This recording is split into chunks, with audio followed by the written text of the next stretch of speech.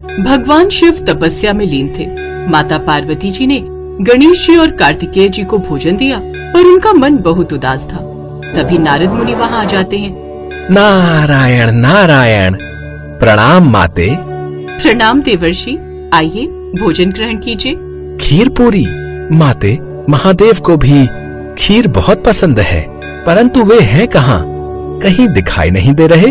होना कहाँ है, वे तो अपना अधिकतर समय तपस्या में ही लीन रहते हैं। आज खीर बनाई थी कि शायद खीर की खुशबू से वे अपनी तपस्या से उठ जाएंगे और थोड़ा कुछ खा लेंगे। कितने समय से मैंने और महादेव ने एक साथ बैठकर भोजन तक नहीं किया। नारद मुनि माँ पार्वती के चेहरे की उदासी को देख लेते हैं। मेरे पास एक उपाय है जिससे आप भगवान शिव से जो भी कामना करेंगी वो जरूर पूरी करेंगे। तो बताइए ना देवर्षि, ऐसा कौन सा उपाय है जिससे मैं उनसे जो भी मांगूंगी वो इच्छा पूरी करेंगे?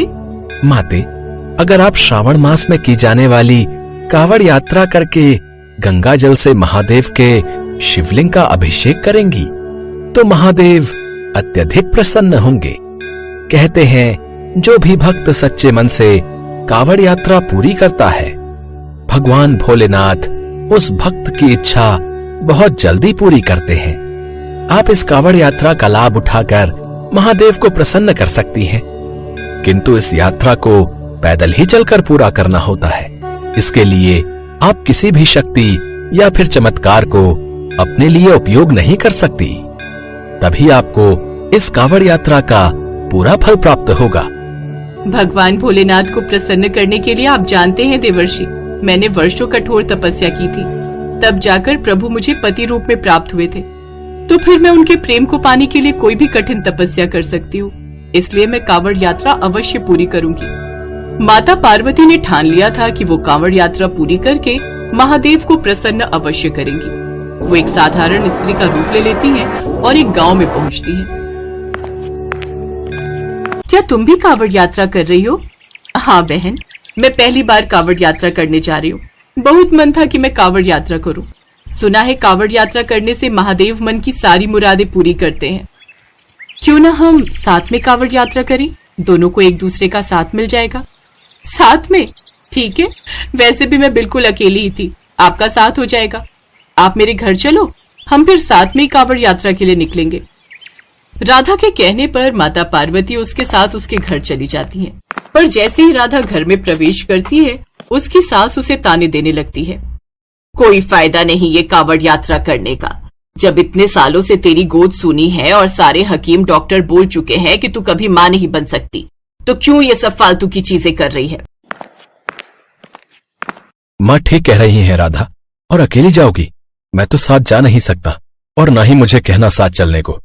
आपको परेशान होने की कोई जरूरत नहीं है, मैं इनके साथ जा रही हूँ। ये भी कावड़ यात्रा के लिए ही निकली हैं। रहने दे रोशन, इसके जो जी में आई करने दे।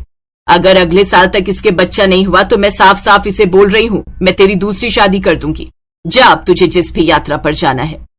राधा की आंखों में आंसू आ जाते हैं। इसके बाद राधा और माँ पार्वती अपनी अपनी कावड़ लेकर यात्रा पर निकल पड़ती है। राधा को क्या मालूम था कि वो कितनी सौभाग्यशाली है। उसने कितने पुण्य कर्म किए हैं जो आज स्वयं माँ पार्वती उसके साथ कावड़ यात्रा पर जा रही है। राधा, क्या तुम्हें भोलेनाथ पर सच में विश्वास है कि वो तुम्हारी मनोकामना पूरी करेंगे?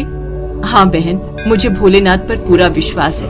कहते हैं ये कावड़ यात्रा बहुत फलदायी है। कावड़ के जल से भगवान भोलेनाथ के शिवलिंग का अभिषेक करने से वो प्रसन्न होते हैं। राधा की बातें सुनकर माता पार्वती मुस्कुरा देती हैं। चलते चलते माता पार्वती थक जाती हैं। लाओ बहन, थोड़ी देर कावड़ मुझे पकड़ा दो और तुम यहाँ पेड़ के नीचे आराम कर लो। राधा, तुम भी तो थक गई हो, तुम आराम नहीं करोगी? कोई बात नहीं, पहले आप थोड़ी देर विश्राम कर लो। अगर मुझे थकान लगेगी तो मैं आपको बोल दूंगी। माँ पार्वती पेड़ के नीचे विश्राम करने लगती है। अचानक एक शेर दहाड़ता हुआ बाहर आ जाता है। शेर को सामने देखकर राधा घबरा जाती है। माँ पार्वती गहरी निद्रा में सो रही थी।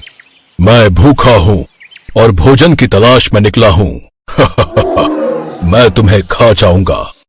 राधा माँ पार्वती के आगे आकर खड़ी हो जाती है और शेर के सामने साहस रखती है। क्या तुम्हें मुझसे डर नहीं लगा? तुम चाहती तो मुझे देखकर भाग सकती थी, पर तुम क्यों नहीं भागी? नहीं, मैं इन्हें यहाँ छोड़कर नहीं जा सकती। तुम्हें अगर खाना है तो मुझे खा लो, पर इन्हें छोड़ दो।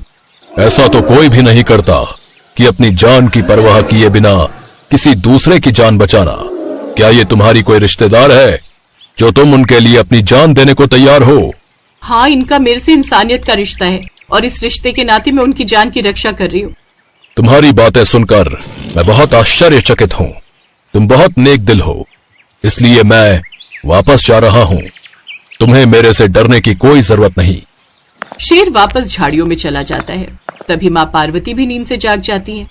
अरे, पता ही नहीं चला मैं कितनी देर सो गई। क्या तुम थोड़ी देर विश्राम करना चाहोगी? नहीं नहीं बहन, चलना चाहिए ताकि हम समय पर हरिद्वार पहुंच जाएं।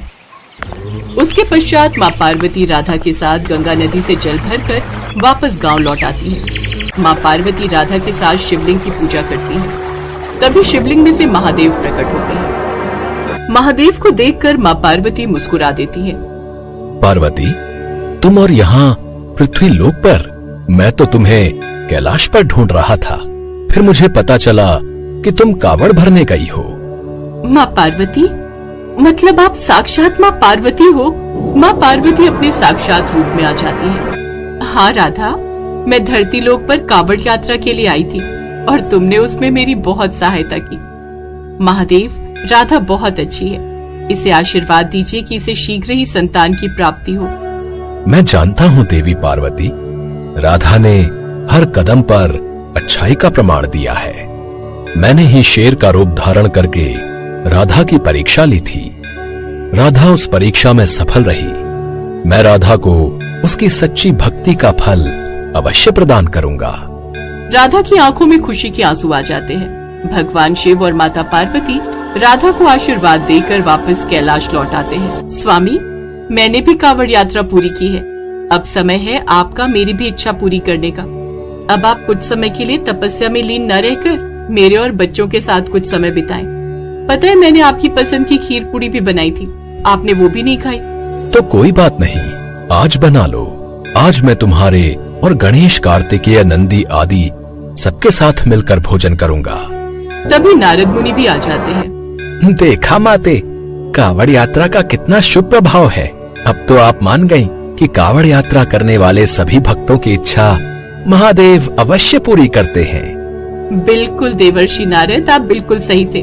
अच्छा, आज मैं फिर से खीर पूरी बना रही हूँ। आप भी सबके साथ भोजन करके ही जाना।